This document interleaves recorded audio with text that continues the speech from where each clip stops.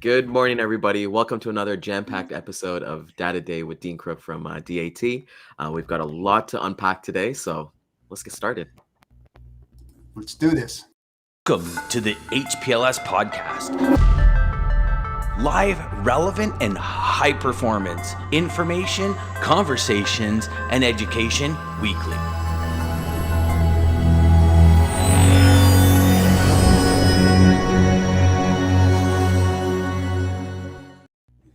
I say good morning, Lisa. Good Back morning. from the number one spot. Good Morning. morning, Daman. So happy to see Hey, you. Daman. Dean, last week was a big week for DatCon. If you want to just run down, how did last week go? You know, it was amazing. We had Terry Bradshaw speak on the last day. He was surprisingly entertaining. You know, a lot of these guys on the speaking circuit, you know, they kind of have canned presentations. Really entertaining, seriously entertaining. I'm not a huge NFL guy, but he was really good and entertaining. We had Michael Rogers, who's a futurist, talking about the future. And he talked about autonomous trucking. The thing that I liked was they called them something glasses. Like there's glasses you wear, right? And it basically projects your iPhone out in front of you on a head-up display. And, Google Glass back in the day. I remember those yeah. And I thought one of the things that Michael said, and I really resonated with this because he said, what I want to be able to do is walk down the street and ask my iPhone what's their name and have the machine recognize the face and it pops up, because I'm awful at people's names. And then, of course, you want the next bit, which is don't engage. yeah, just like right. Yeah, don't engage. Yeah. So, but then we had all our brokers, shippers, and carriers. We had a broker customer advisory board. It was the first time in 2 years we'd had all of our users in. I was really surprised at how open, honest, and engaged all of our brokers were. Our carriers and shippers were there for the first time. And the other thing was how much they've enjoyed listening to shows like this, our IQ show, your show, how much it's helped them understand the industry better. So that was sort of our big takeaway, but just a really successful week for us. But Nice. yeah, but and a lot of some of the bigger brokerages have asked me to come out and meet with them and spend some time on the floor, helping some of the the operators in the brokerages understand the market a little bit better, especially as we see the market from a spot market perspective. That's awesome. I think Jeff, you and I need to do a road trip out there next year. DatCon, it'll be you and I, man. Let's make it happen. Yeah. And Lots of absolutely. barbecue. Austin's a nice place. Yeah, we gotta get some barbecue. Like as long as it's not cold, I'm about it, because we're about getting some frigid temperatures here in Toronto. So It was hot. And it was 90 degrees. Yeah. See, I'm jealous, man. I'm jealous. So, Yeah. Dean, we're talking a bit off stage about some really important news in terms of what you're seeing in terms of like the spot. Let's get into it. Exactly what you're kind of seeing. Yeah, I saw something on Sunday in our data that got me thinking about our show and everyone that listens, especially those that are sort of actively, buying capacity, or more importantly, building relationships with shippers, right, that may not have thought about non-asset providers before. And we've covered it a little bit on the show. One of the trends we've seen in the last year in particular is a lot more mini bids. But as a result of the really tight capacity last year, I think a lot of shippers found that non-asset players were a really good source for contract freight. Because normally the contract freight goes to the asset-based carriers for the most part, right? But what we saw last year was a shift away from that and more towards, the brokerage logistic providers doing more of that contract freight, as opposed to falling through the routing guide and out into the spot market because no one wanted it. That's So- what I'm doing. Yeah. So one of the things on our load board, we've been seeing, so load posts in our dry van spot market were over $1 million for the fourth week in a row. Sorry, $1 million. A lot more than that. 1 million loads for the fourth week in a row. So I thought, now, okay, so what was it like before the pandemic started? Because we've been averaging 1.2 million dry van load posts a week since June of 2020. Wow. So that got me thinking. So there's been a shift, and I thought, well, okay, if the shift was pandemic related, what was it before? Before it was half that, going back to 2015. Right. So the average from 2015 to when the pandemic hit was only something like 610,000 loads a week. As soon as the pandemic hit, the number of loads going, because capacity's tight, and admittedly, there is some double posting going on. There are some brokers that post loads multiple times. But again, it's a valid data point because if it's done consistently, it's a really good indicator of market behavior. Because a lot of people criticize that, but it's actually a really solid data point. So you think about, we've not seen any decrease in our load posts, around that million loads per week mark, which tells me that this is stuck. So the volume of freight moving to non-asset players in the spot market is sticking. And what shippers are doing, the fundamental change, and I don't know how many of our listeners understand routing guides and waterfall theory and spot contract, but just if we could spend a minute, maybe just sort of, summarize that. A lot of shippers will have contract freight where they go out to bid. Jeff will put in a bid on a lane for a shipper. Carriers will agree to haul it for a certain rate. Typically, it's the lowest rate at the top of the routing guide. Picture an Excel spreadsheet with a lane, an origin, destination, loads per week, and the rate per mile. So the cheapest carrier is at the top, the next expensive is underneath, and so on. So you waterfall down. Some carriers reject those loads. In the pandemic, we saw carriers only accepting 75, 80% of those loads that were tendered out through technology called EDI. So EDI, it's an automatic data transfer between TMS systems where the load gets tendered out to the market. And carriers that are in the routing guides can reject or accept those loads. So when capacity is tight, they accept fewer. Right now, it's probably more like that's accepting about 90% of loads, maybe 95% of loads. Wow. So what's happened typically, and Jeff, you follow on with how it works on the spot side, I think. But what we see is typically people would go out to bid and put every single lane in the bid. If it's a lane that's got one load a year, it's in the bid. And Jeff's wasting a lot of time trying to find the rate per mile on a lane that may have zero volume.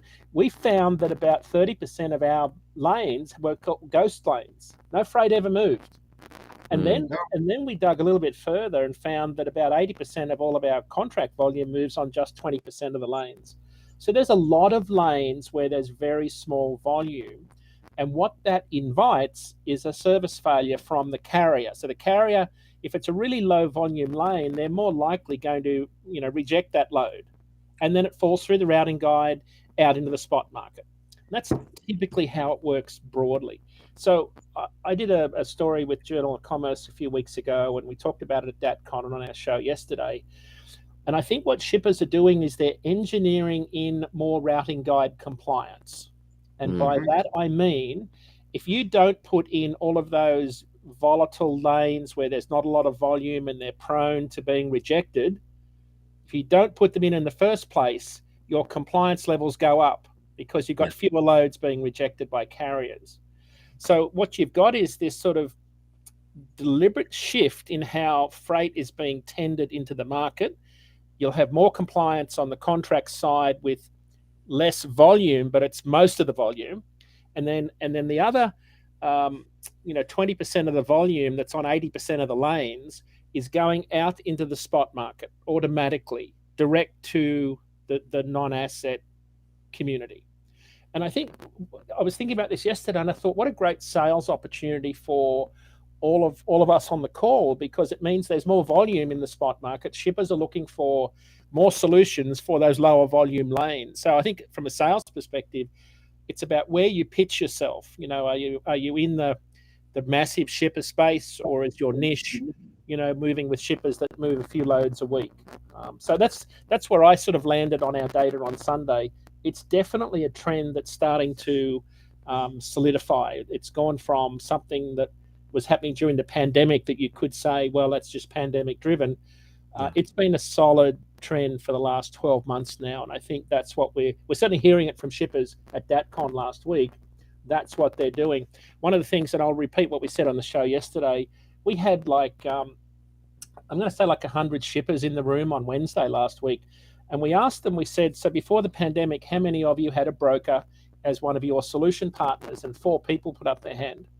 Wow. And then we said, so today, how many of you have a broker 3PL on your books who's a partner you engage with every day? Everyone put up their hand.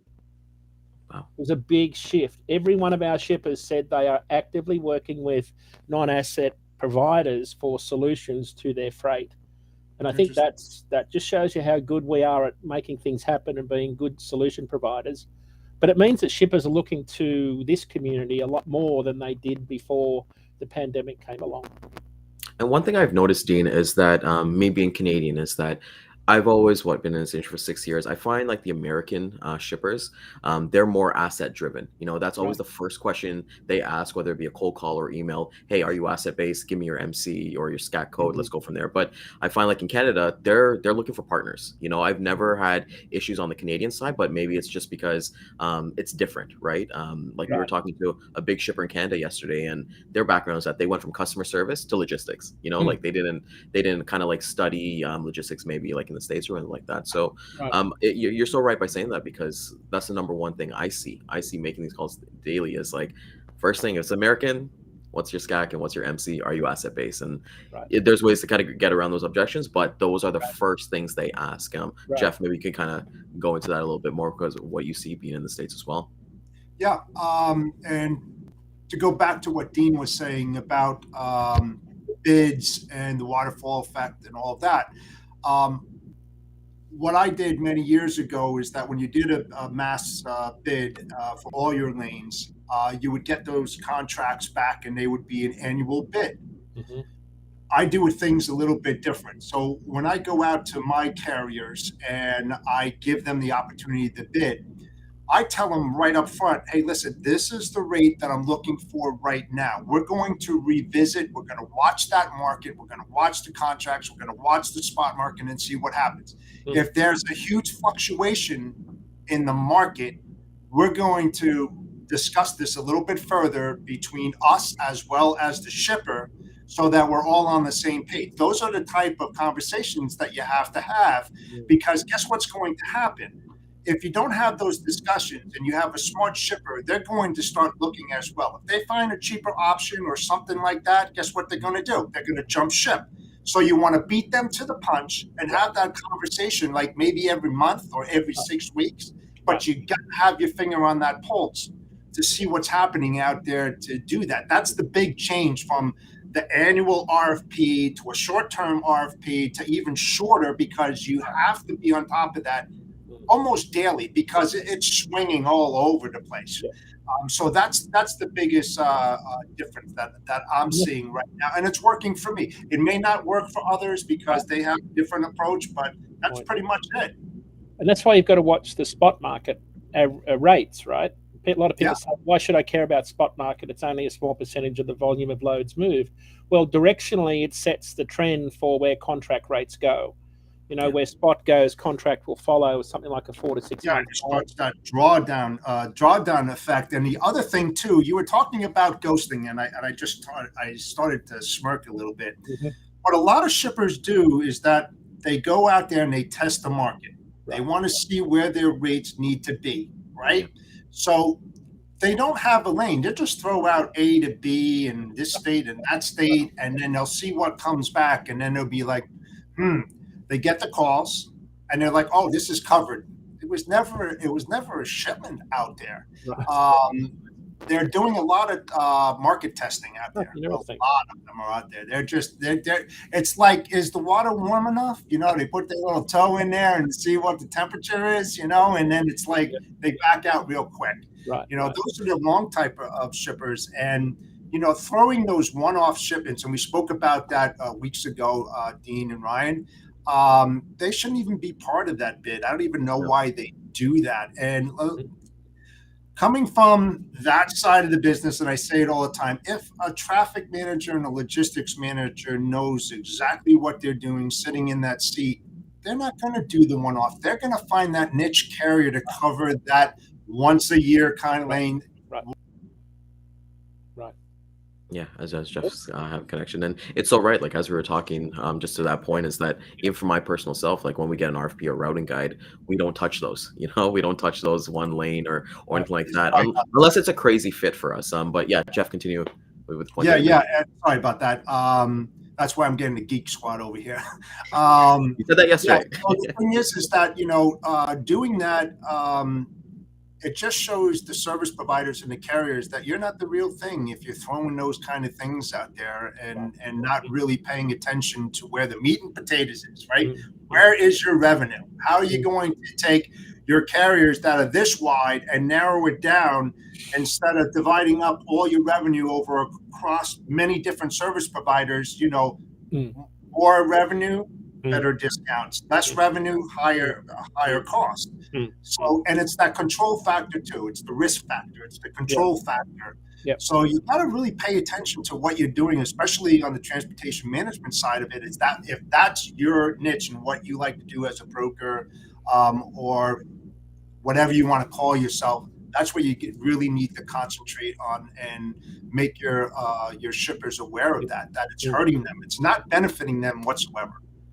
The other thing to keep in mind, though, is when you start to chase price, you compromise service typically, right? Yep. Especially in the spot market. So I think if those of us that are, selling capacity and providing solutions for shippers, always remember that it's, there's always a compromise when it comes to lowering costs.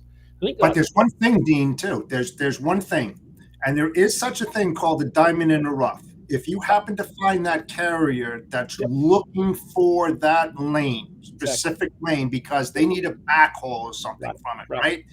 You're going to get that cost that you need, and you're going to get that excellent service as well. So keep that in mind. It's very hard and difficult to find that, but when it does happen, jump on that. Definitely. For a lot of shippers that will just go straight to a broker, and then it's any carrier that comes along that happens to be there. That's a bit of a crapshoot. You don't know who you're getting. Do they have the right level of insurance? Do they have exclusions on their policy that exclude that commodity? There's a whole lot of stuff you've got to consider when it comes to right. I mean, CSA scores. Carrier Assure, Cassandra Gaines, right? She started that up. I mean, the Carrier 411. I mean, you could just go right down the list, right? You got to dot the I's and cross the T's and do your homework on these things. Just because a carrier is available doesn't mean you have to give them the load because you're in a bind. It's going to hurt you. You don't know if they're going to double broker or take the load or whatever. So just don't hand out your shipments to the unknowns. It's gonna kill you. One time, that's all it takes. Just one time, and you're done. Well, we were talking about the holiday on Monday, right? Like you don't want to be stuck on a long weekend. But Dean, to come back to it, like it's really important to have that conversations with the carriers, especially the new ones, because on your show yesterday, you guys mentioned that I believe like it was like September, supply is up, for truck orders, right? So new players are going to be coming in, bigger players are going to be adding to their fleet. So it's really important to understand that. Well, so it's interesting that a lot of large fleets, capacity started to come online. We had the most number of new trucks ordered ever in September. All the order books were open, right? So there's large truckload carriers are either very bullish on what 2023 looks like, or they're going to replace a lot of their older trucks. They've had to run longer because they couldn't get trucks last year. So if the net is no change, then that means that all of those trucks they're going to start putting into the used truck market will drag down used truck prices and flood that market. And then and I asked a guy the other day why, we had 9,000 new carriers and 26,000 new trucks enter the market in September. Jeez. And it's been like that for the last 3 months, which you'd say that's nuts. Like, what are people looking at? And one of the carriers I called, he said prices are coming down.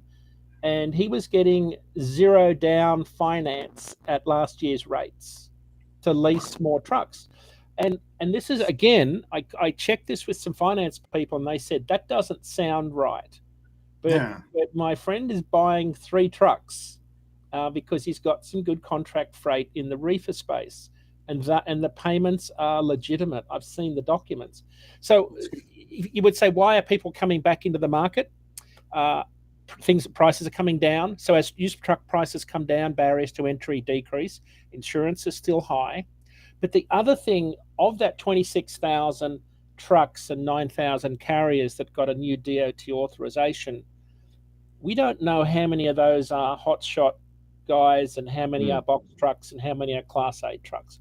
And I was talking to our good friend of the show, Nicole Glenn, who's the CEO of Candor Expedite at DatCon last week. And it was a really interesting discussion about how much volume has stuck in the LTL space. You know, as shippers have found solutions, instead of going through LTL, Nicole spoke on our IQ show about the fact that, you know, shippers are very anxious about, you know, getting damages by having multiple handling of consignments through the LTL network.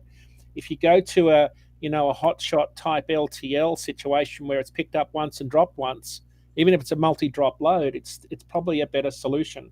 So there seems especially on the high risk, especially on the high risk. I mean, the low risk, whatever. High risk, you don't want all those hands touching in a different terminal. Don't have the data. We don't have the data that says how many dualies have been sold, right? So the class 4 and the class 3 and 4, we don't know. It's sort of, you know, Act Research, who's our partner, capture class 5, 6, 7, and 8 trucks, but we really don't know. Has there been a disproportionate growth in, you know, diesel-powered V8 dualies hauling hot shots all over the country? Anecdotally, I think there has been, but I have no way to prove that we are seeing more smaller carriers. When I say smaller, more carriers enter the market with smaller equipment. It's more nimble, smaller. We've also seen a lot more carriers enter the market with, you know, box trucks and sprinter vans where you don't need a CDL to avoid the drug screening that came in January 2020. So it feels like, you know, the Class 8 big truck market, it feels like it's static. But but on the other end of the market, I think there's incredible growth that I'm desperately trying to figure out a way to put some numbers around what that growth looks like, especially on the smaller straight truck, box truck, sprinter van side of the industry. So overall, what it looks like is shippers have found a way to move smaller consignments more efficiently with maybe better solutions. So, you know, for those sort of listening to the call, it's not always about a 53-foot 18-wheeler. You know, to move freight, even though as a truck, if I'm a carrier, you know, if I can build a full truckload of 10 consignments in refrigerated, I'm making a lot of money per mile.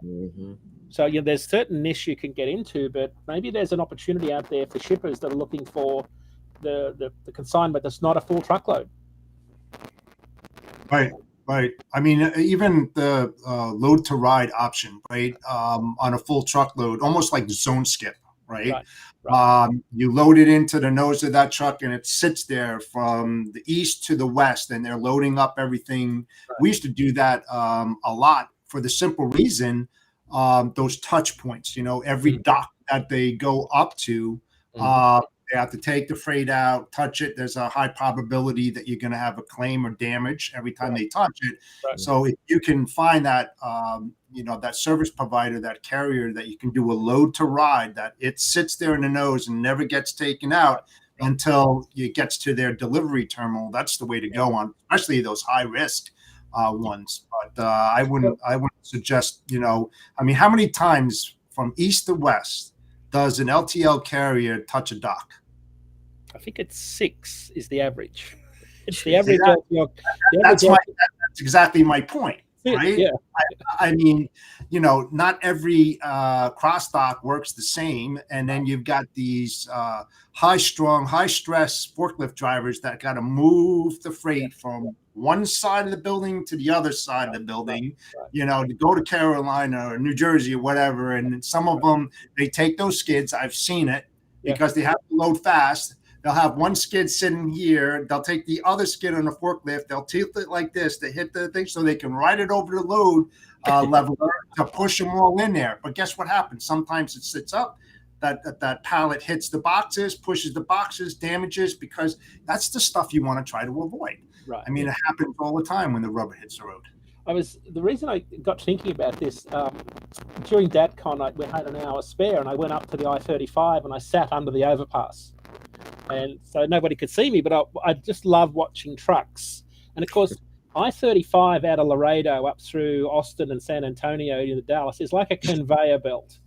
It is unbelievable how many trucks run that lane. And of course, I'm seeing all of the the Mexican-based carriers with the huge numbers on the side of the truck. Like Yeah. it's a number that's like a foot high, and they'll have 3 of them. They're very distinct, and they've got a lot of chrome and stainless on them. And then there's a lot of older equipment. There's just a disproportionate number of freight liners running up and down for some reason. But the one thing that stood out were all of the hot shots. There were guys with the gooseneck trailer, the tandem axle.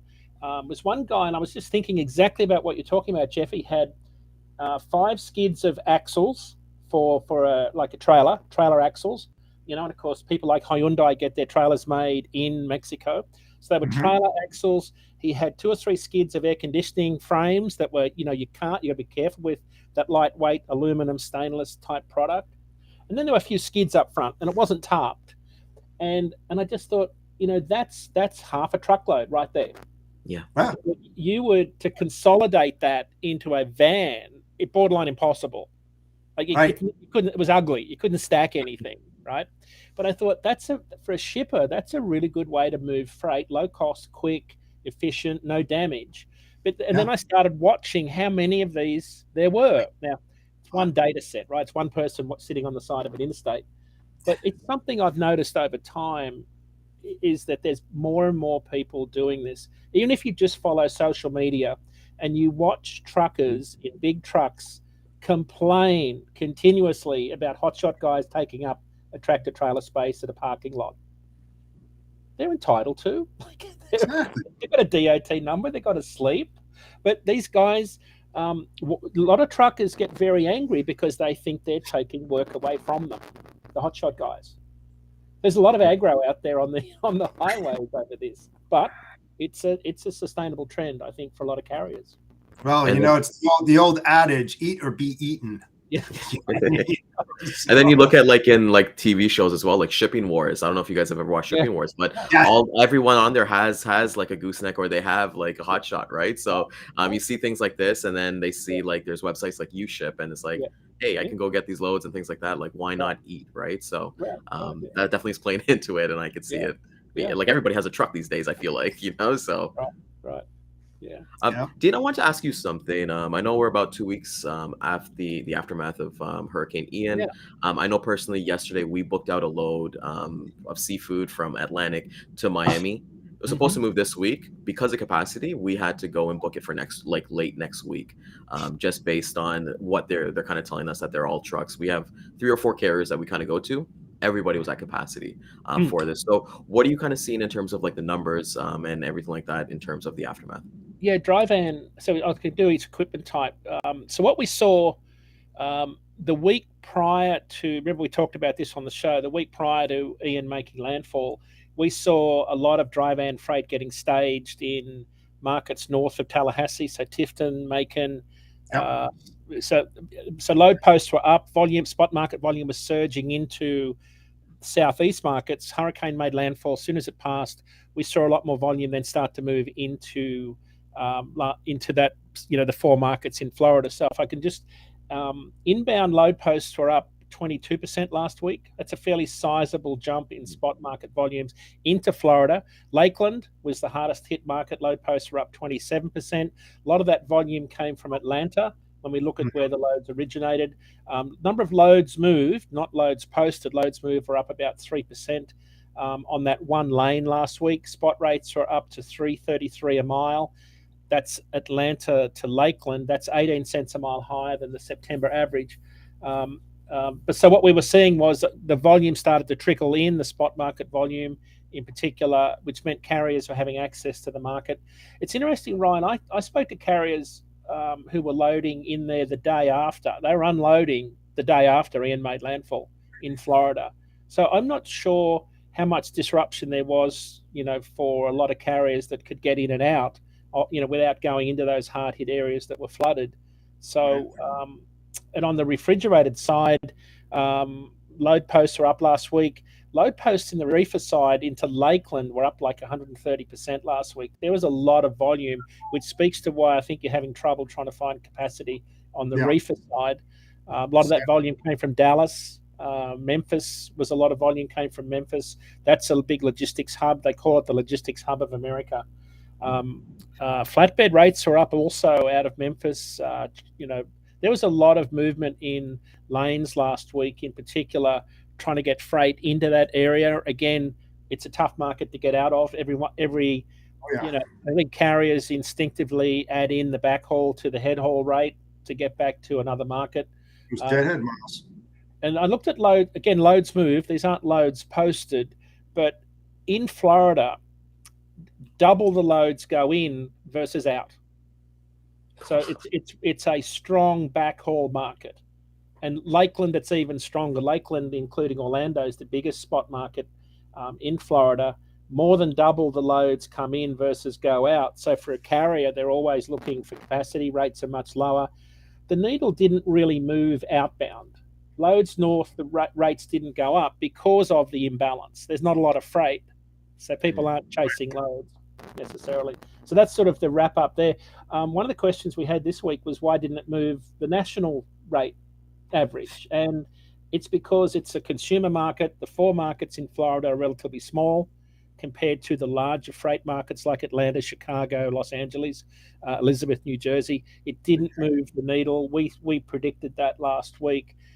It's just as tragic as it was, it didn't create the imbalance nationally that we would have thought, because geographically it's a long peninsula with like 2 or 3 roads in or out, and it's a relatively small market. So a lot of regional disruption, but not a lot of impact nationally.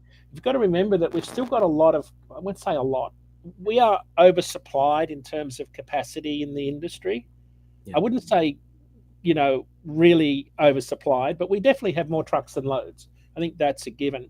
And you've only got to look at in mid-September, when the rail strike was, talked about, when I think it was September 16, the moratorium ended, or the whatever they call it. It's interesting that there's still talks of it going on. They still haven't ratified that agreement, so the possibility of a rail strike still exists. But if you remember, we were talking to some of our shippers, and before that Friday midnight deadline, they on that Monday started to shift their spot market volume from intermodal or contract volume from intermodal to the truckload spot market on Monday of that week. So you would have thought, wow, the threat of a national strike, lots of shippers would be moving volume away from intermodal so it doesn't get tied up in the rail network if there's a strike. Didn't move the national needle because contract carriers had enough capacity to handle the extra intermodal volume. It didn't spill into the spot market. So that told me that there was still a lot of capacity in the market to absorb volume surges regionally, and it just didn't materialize like, that 16 cents per mile jump we saw when the polar vortex hit. That was a 16 cents a mile jump in a week. So we that wasn't what we thought would happen. Rates have kind of plateaued though. Like, it's interesting, our long-term forecast for rates out to into November before we see the seasonal effects has got rates holding flat on the spot market. It's a really interesting trend that we're seeing emerge. So we're into that. Of course, we've got Black Friday sales happening 6 weeks ahead of Black Friday. So we've got Amazon having a Prime Day for the first 2 in a year for the first time ever. That ends today. Nike reported last month that their inventories in the second quarter were up 44% over last year. So I think there's a lot of retailers have got a lot of inventory that's already been moved by trucks into warehouses. And I think we'll all have some pretty good deals this year when it comes to our shopping. But these are really interesting times, right, in terms of all this inventory that's been built up. Imports, I just looked at our imports yesterday. Imports for September are up about 1% month over month, right? Sorry. Start again. Down 8% month over month, up 1% compared to this time last year. So volumes are cooling. There's no question volumes are cooling. But one of the things that stuck out, and this is a theme that, Jeff, we've talked about for a long time, is the west to east coast shift. There's been a lot of freight moving away from the west coast.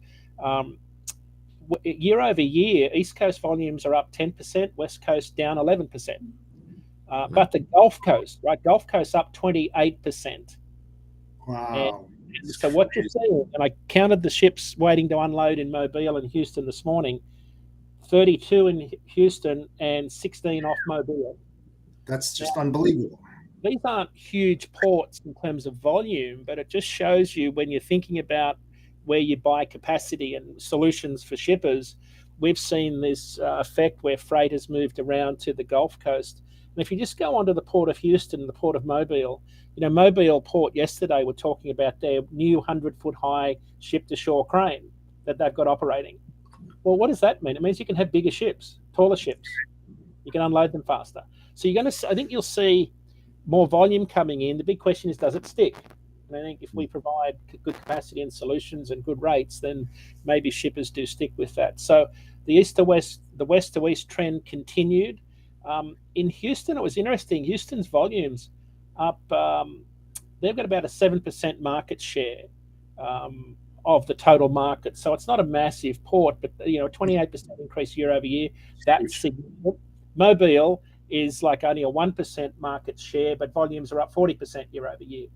So, and what was that? What was that percent, Dean, last year in Houston at this time? okay. So year over year, it's up 28% year over year. I don't have 2020's data. I'd have to go and pull that from the database to answer that question. It just goes to prove like people are changing the way they do business. Yeah. Another thing that I looked into is that the transloading cost from west, right? Like Houston compared to LA, I have cheaper rates for transloading coming out of Houston than there are in LALB for sure. Really?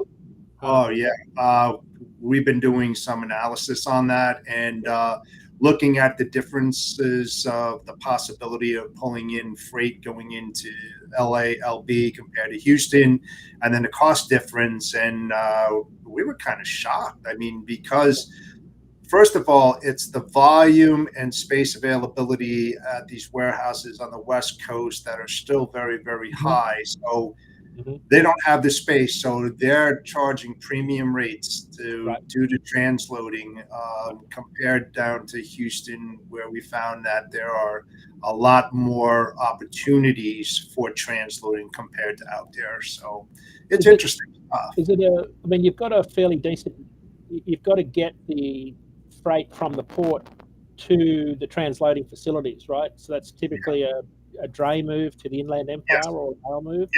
Yep. How close to the transload facilities in the Port of Houston? Are they literally there in the port?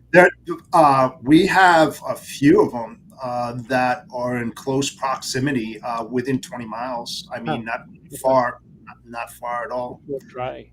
But we just found that interesting, when we're doing bids and looking at different options, we found that, and that may be one of the reasons why shippers are transferring that freight from LALB into Houston. I'm not sure about Alabama or into Savannah. I can't answer that, but I would assume that the rates are down, especially on the transloading side. Yeah, interesting. Well, Houston's one of our largest spot markets for dry van, reefer, and flatbed. It's more of an outbound market, so capacity is sort of always tighter in that market than any market. So it's not like Florida, right, where you've got more loads coming in than out. It's almost the reverse in Houston. Well, something. Let's face it. That's always been the case into Florida or up into New England area. There's more freight going in than there is coming out. And now you have to look at, you're talking about the backhaul opportunities and the deadhead miles. I mean, a lot of these guys, depending upon where they're going into Florida, are going to deadhead up into the Atlanta area to get that freight.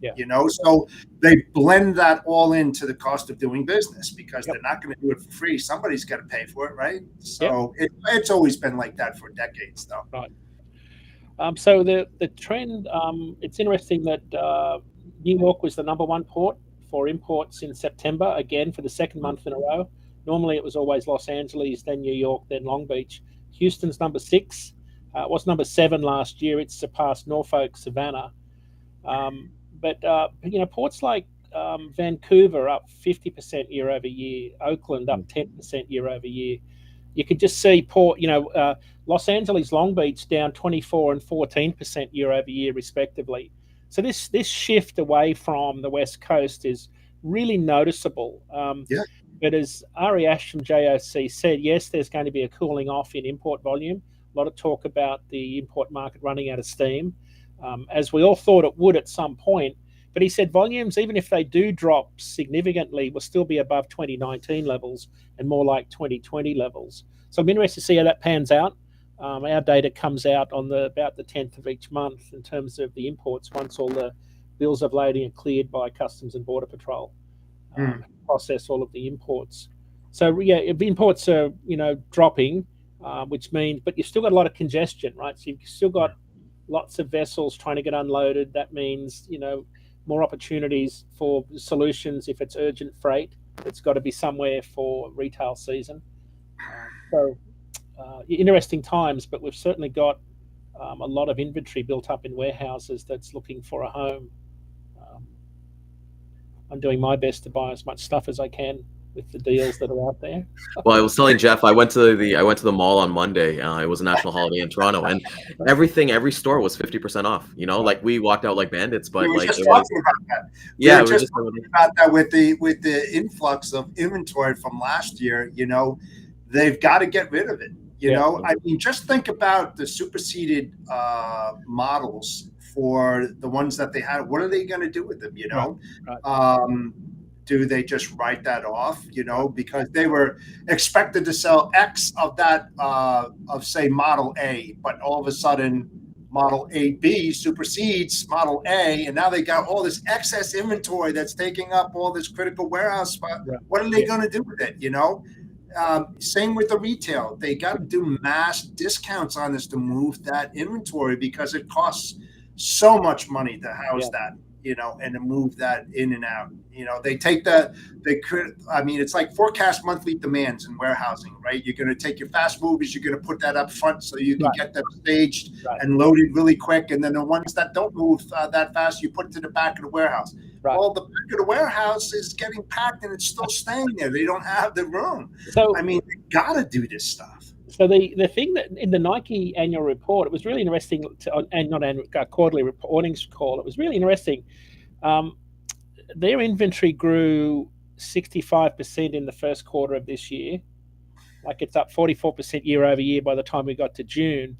The one data point that got my attention, they said that their inventory challenged because some apparel arrived late and some apparel arrived early. And I think this is what we saw last year. We saw lots of volume coming into the West Coast because warehouses were full. It was moving from warehouse to warehouse to warehouse market, trying to find a home. And what we heard from shippers, they were trying to find a home for fall volumes that were late to make room for winter volumes. Yeah. I suspect that's still what's going on right now, where you've got different seasonal inventory stacked up in warehouses, trying to get cleared, making room. So, well, just to add to that point, they're charging premium rates. Yeah, they are. And just to add to that, Dean, we were actually in discussion with Nike last year for the logistics, and the biggest problem they had last year was that their retail stores completely at capacity. They were looking for but that was the number one thing, because you come on, I asked them, hey, what are you guys are looking for? And there's like, we're looking honestly for LTL floor loaded that we can just take away from our retail stores and put it somewhere else, because that's the issue they're having. So you're talking like a year later now to this day that they're still having this issue. Yeah, this is why the experts in the industry on the supply chain side say that it'll take until the middle of next year for this to work its way out of the supply chain, this sort of bubble that we've got of inventory.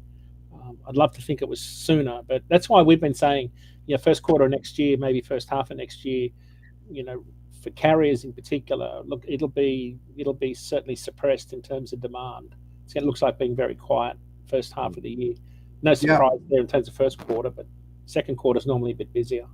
So what happens is that a lot of these retail outlets, they used to have a large like mini warehouse in the back to house their inventory. but what they did was expand their floor space that took up that warehousing. So what's happening is that there's a lot of little LTL shipments because literally that trailer is a rolling warehouse. And they have many more what we call interim orders or the smaller orders throughout the week. And maybe when their inventory drops, they get a massive stock order to fill, with their warehouse. And you see that across many verticals. Ford Motor Company used to do that, where they had a larger warehouse in the back to keep their parts, and then it shrunk down. And then we used to send them out, 3 interim orders a week, and then 1 stock order for VOR, vehicle off the road kind of thing. And they were basically moving them. And you see that more prominent now than you ever did in the past because of that simple reason. They're at full capacity, and they're using it's the same thing with the containers, right? Where they can't offload them, so the detention and the dwell times on these containers are longer because they're utilizing these trailers and containers for excess warehousing space. They don't have them, and they're willing to pay for them. Yeah, I can't help but think we end up with a lot of excess warehouse space and 53-foot vans in the next year sitting. Did you guys catch the EIA diesel number? Came out yesterday, a day late. Diesel's up. No, I did not see that. Wait for this. Diesel's up 38.8 cents a gallon this week. I saw that. Yeah, I did see that around here on just regular fuel that it rose. It's quite a bit. Gallon. It's bumped the fuel surcharge up 6 cents per mile this week. That's the second biggest increase since the start of the year.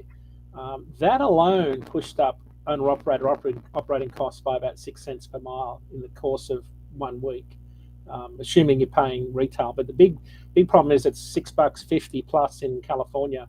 They're having some real issues with, even the Midwest increases were fairly substantial, but California's got some big issues with diesel costs. So just when we were thinking that operating costs were coming down and we're under $2 for the first time in a long time for a long-haul operator, we get hit with diesel prices back up to $5.25 as an average. I was rejoicing in the fact I filled my truck up last week at $4.90 here in New England. But diesel prices, of course, will go back up, and because of this, retailers will be reluctant to bring them back down quickly, because this is exactly why retailers don't drop their prices as quick as the wholesale rack market does. And oil prices drop because they're worried about prices coming back up. And this, of course, early indications are that this is as a result of OPEC Plus last week deciding to cut production, which is the opposite of what we need. So there's some shenanigans going on over there in the Middle East, and that's what we're seeing here in terms of our national price this week. Hey, I got a quick question for you, Dean. In regards to e-com, what kind of numbers you're seeing as an increase in percent or decrease? I'm going to assume that it's increasing this time over last year. What are you seeing? When you say e-com? E-com, yeah. E-com retailers. Do you have any numbers on shipping and numbers in that area?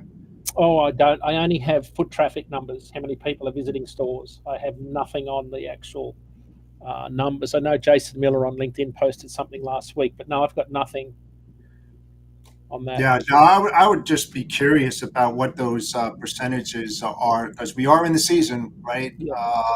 Where a peak season, a lot of people go online and start ordering a lot of goods. I'm just curious, what those numbers are this year compared to last year at the same time, and even the previous year for 2021 is 22. I did read yesterday, National Retail Federation, the NRF, put out their piece on Halloween. Halloween, they always do a survey each year on what people expect to spend. This year will be a record. So people are going back to normal plus in terms of their spending. So I think some of the big events will probably see better retail sales. My hope is that some of the lower pricing puts some sort of drag on inflation. So it really depends on whether those retail items are in that, that basket that they measure inflation from. But that would be a good outcome from all of this heavy discounting we're seeing. But I'm not an economist, so treat that with a grain of salt. I don't know what I'm talking about when it comes to economics, but That's these awesome. are fun times. Yeah, and just what Jeff was Dean was saying, even I've seen it, it's Prime Week, right? Prime Day, like yesterday and today, big days. Even I've ordered a couple boxes myself of things, waiting to track shipment on every single one of them. But I just think it's just gonna be, we're looking at Halloween, even I'm seeing here, where tons of things are happening. People are getting back to doing things that forget the pandemic, right? And even something, I don't know if it's kind of a little bit off topic, but even looking at the price of sporting ticket or event ticket pricing, you look at Ticketmaster and the resale hub, Kevin Hart's coming to Toronto in 2 weeks, and tickets there start at $1,000, and it's on the resale market because they buy them up and all the bots. But that's a different conversation. But people are willing, because you look at, hey, if I'm going to go to a sporting event, I'm going to buy something to drink, I'm going to buy some food, I'm going to buy some merch. So that's inventory taken out from the supply chain as well, right? So, that's what I was going to say. Related to that, my wife's catering business here in New England, they're having a record year. So they're seeing, universities, weddings, a lot of, weddings and celebrations of life, were delayed.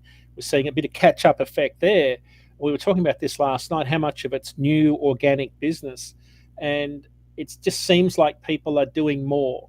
So, universities are doing more, they're fundraising more, they're having more events, there's more weddings, there's more parties. It just seems like there's more of that. But it's hard to know, to answer Jeff's question about how it's shifted. It hasn't made a material impact on freight volumes. It's just been a shift. If you think about food services and produce volumes are down about 4 to 5% compared to this time last year. So there's less truckload volume in the market, but it's also different types of freight, right? Because during the pandemic, we had a lot of smaller consignments that were more, safety focused, a lot more plastic, a lot more airspace, a lot more packaging, bigger pallets with less product.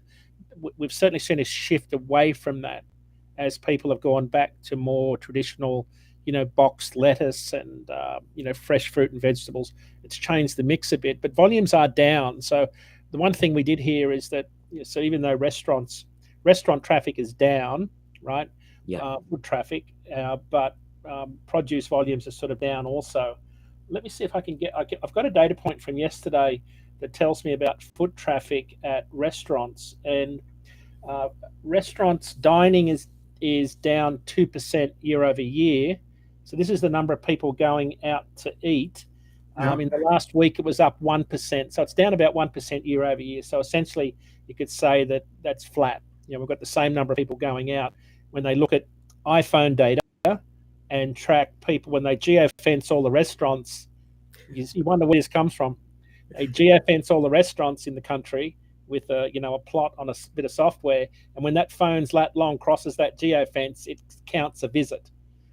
It's what we do in telematics when you have a truck arrive and unload at a shipper, you geofence the shipper's warehouse.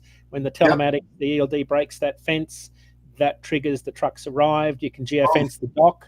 You can see how long they're on the dock. So foot traffic data is very interesting when you look at the different types of retail outlets. But all we've got, Jeff, is that compared to this time last year, this is a really interesting data point. I couldn't figure this one out. But people that go to fitness centers are up 17%. Let's go. But people I'm not part of that. I'm part of that. Got to get ready for Christmas, I should be, but I'm not. And people visiting medical and health facilities are down 16%. That's awesome. But just to add to that point, Dean, that you're saying about restaurants, even look at the time of the year too, right? It's very sports focused. We're in the MLB playoffs. Football is back. NHL starts tonight. NBA is starting in the next couple of weeks. So more likely, even my friends are kind of messaging, hey, let's go to a bar, instead of, hey, before, let's meet up at somebody's home and everybody bring a potluck or whatever, right? So we're getting back to, hey, let's go have some wings and beer on a Tuesday night and watch the Raptors game or something. Very interesting. Yeah, people want to get the hell out. Yeah, that's a good point. Sports. Yeah, sports is definitely a big one, right? Like I know even tonight we're going to some events, but Yeah. I'd love to touch on inflation on another episode because inflation, what I've been seeing here in Canada is it was really weird. Every time like we have a news station out here, they're talking about inflation. You know, they're having economists during Thanksgiving saying, "Hey, go for like the dollar store option. Look for the discounted meats and discount foods." And that's an economist like Right. talking on live TV saying that, right? And it's like everybody you talk to in Canada, I'm pretty sure it's in the States as well, is that's the number one topic is like the rising price of groceries, you know, and everything, the cost of living just going up. And just to add to your restaurants too, like I feel like people, even for us, there's more of a tipping culture, like tipping like your waitress and wait staff. But like even like picking up McDonald's, like McDonald's has a tip option now. And it's like we never had these options before, you know, like tipping on takeout orders and things like that. So the restaurant industry is definitely hurting on that aspect as well. Well, I think I want to think on that real quick, Dean, that because a lot of the restaurants were closed during the pandemic, right? And you could go in there to pick up whatever. A lot of these restaurants didn't get these tips for their waiters. So what they're trying to do, the culture is now they want to repay them for staying open the way I look at it. And so they are tipping on pickup orders where you never did that before. You know, they'd throw them a couple bucks or whatever. And I mean, you see that over and over again, no matter where you go. Even when you go to like a hibachi restaurant, we go a lot to hibachis, right? You give the waiter the tip, but now people are tipping the chef. That they're giving them money after that. I mean, it's great to see those kind of things because people have empathy and they're showing that kindness more now than ever before. I see it all the time, and it's wonderful to see. Huh. You know, I've never been tipped unloading a freight at a shipper. Hey, we need to do that. We need to do that. Thank you, Trucker Week. We need to start doing that. Wait a second. Accessorial, right? Drive assist. Come on.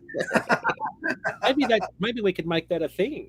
Just show up with one of those square devices, you know, and just be like, "Hey, I accept debit, credit, everything like that," and then that's funny. That's funny as hell. So I think that's an amazing point to kind of leave off on. Dean, thank you so much for being with us again. I know last week was really this week and coming out last week. We're always looking forward to this. I know even for mine, I've kind of clipped out some time here that I'm going to clip some clips and send it over to my customers and prospects because it's such value that you bring. Jeff, always a pleasure, brother. It's awesome to kind of bring points as well. Thanks, to everybody watching, we want to say, hey, thank you guys for being here this morning. If this brings any value to you at all, please like, share, comment, or send it over to somebody that you think that can benefit their day. Our replays are going to hit again at 12 and 3 p.m. Eastern time on LinkedIn, YouTube, and Facebook. Thank you, everybody. Thank you again, Dean. Thank you, Jeff. Have a great day. Bye-bye. Thanks, guys. See you all. Bye-bye. Centurion Trucking, our motto is people before profit. Today's market requires more transparency, consistency, and focus on what our clients need to win. Centurion Trucking and American Logistics are poised to help their clients achieve and surpass their targets. If you're looking for a team that honors your needs, dreams, and aspirations, then get a hold of Daman at American Logistics or Centurion Trucking